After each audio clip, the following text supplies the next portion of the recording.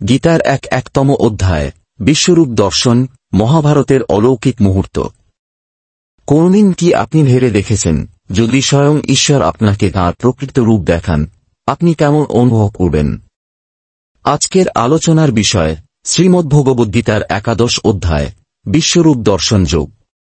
এই সেই অধ্যায় যেখানে অর্জুন প্রথমবারের মতো দেখেন ভগবান শ্রীকৃষ্ণের বিশ্বরূপ, এক অলৌকিক অতীন্দ্রিয় রূপ যেখানে হাজার হাজার মুখ, চোখ, অস্ত্র এবং রৌদ্র সন্দীপ্তি।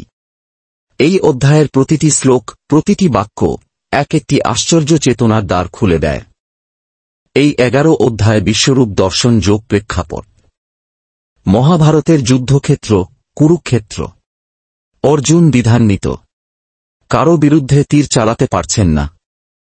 তখন শ্রীকৃষ্ণ তাঁকে জ্ঞান দেন, যার নাম গীতা। তবে গীতার প্রথম ১০ অধ্যায় শেষ হওয়ার পর অর্জুন এক গভীর জিজ্ঞাসা প্রকাশ করেন। হে যোগেশ্বর কৃষ্ণ, আমি তোমার সেই অলৌকিক সর্বরূপধারী রূপটি স্বচক্ষে দেখতে চাই। এভাবেই শুরু হয় ১১ অধ্যায়, বিশ্বরূপ দর্শন যোগ। শ্রীকৃষ্ণ বলেন, তুমি সাধারণ চোখে আমার সেই রূপ দেখতে পারবে না। তিনি অর্জুনকে দেন দিব্যদৃষ্টি, ঈশ্বর প্রদত্ত জ্ঞানচক্ষু। কৃষ্ণের বিশ্বরূপ কেমন ছিল? এই রূপ কোনো একক দেহ নয়, এটি পুরো সৃষ্টির চিত্র।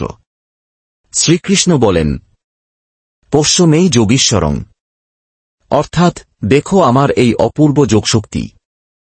সহস্র মুখ ও চোখ, সহস্র অস্ত্র হাতে, হাজারো সূর্যের মতো দীপ্তি, সময়রূপে সমস্ত সৃষ্টি গ্রাস করছে। অর্জুন এই রূপ দেখে বিস্ময়ে অভিভূত। তাঁর মুখ থেকে নিঃসৃত হয় ভক্তিসিক্ত বাক্য। অর্জুন আতঙ্ক ও বিস্ময় মিশ্রিত কণ্ঠে, তুমি সকল দেবতার আশ্রয়, তুমি আদিম পুরুষ, অনন্ত, দেবাদিদেব। তোমার মধ্যে আমি দেখি সব দিক, সব কাল, সব গতি, ভয় ও উপলব্ধি। তবে এই দর্শন শুধু আনন্দদায়ক নয়। অর্জুন ভয়েও কাঁপতে থাকেন, কারণ তিনি দেখছেন কৃষ্ণ সময়রূপে সমস্ত কৌরব সেনা গ্রাস করছেন, যুদ্ধ শুরু হবার আগেই। তিনি বুঝতে পারেন এই যুদ্ধের ফল নির্ধারিত। এখানে ব্যক্তি ইচ্ছার স্থান নেই, এটা ঈশ্বরের ইচ্ছা বাস্তবায়ন। অর্জুনের ক্ষমা প্রার্থনা ও শরণাগতি। ভীত বিহ্বল অর্জুন তখন বলেন, হে কৃষ্ণ, তুমি আমার বন্ধু, সহচর, আপনজন। কিন্তু আমি জানতাম না তুমি এই বিশ্বরূপ। আমি যদি কখনো তোমার প্রতি অসম্মান করে থাকি, তবে অনুগ্রহ করে ক্ষমা করো। এখানেই প্রকাশ পায় গীতার মূল বার্তা, ভক্তি।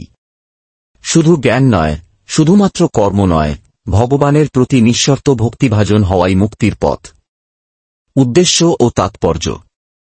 এই অধ্যায়ের উদ্দেশ্য ছিল ঈশ্বরের সর্বব্যাপী, সর্বভূক, অনন্ত রূপ উপলব্ধি করানো। অর্জুনের মোহ ও দুঃখ দূর করে তাকে যুদ্ধের জন্য প্রস্তুত করা। দর্শকদের মনে গভীর ভক্তি, নম্রতা ও আত্মসমর্পণের জাগরণ ঘটানো। গীতার ১১ অধ্যায় শুধু একটি দর্শনের কথা বলে না। এটা বলে, তুমি যতই জ্ঞান অর্জন করো না কেন, ভগবানকে জানার একমাত্র উপায় ভক্তি। আজকের আলোচনাতে আপনি যদি নতুন কিছু জানতে পেরে থাকেন, তবে ভিডিওটি শেয়ার করুন, লাইক দিন এবং আমাদের চ্যানেলে সাবস্ক্রাইব করুন।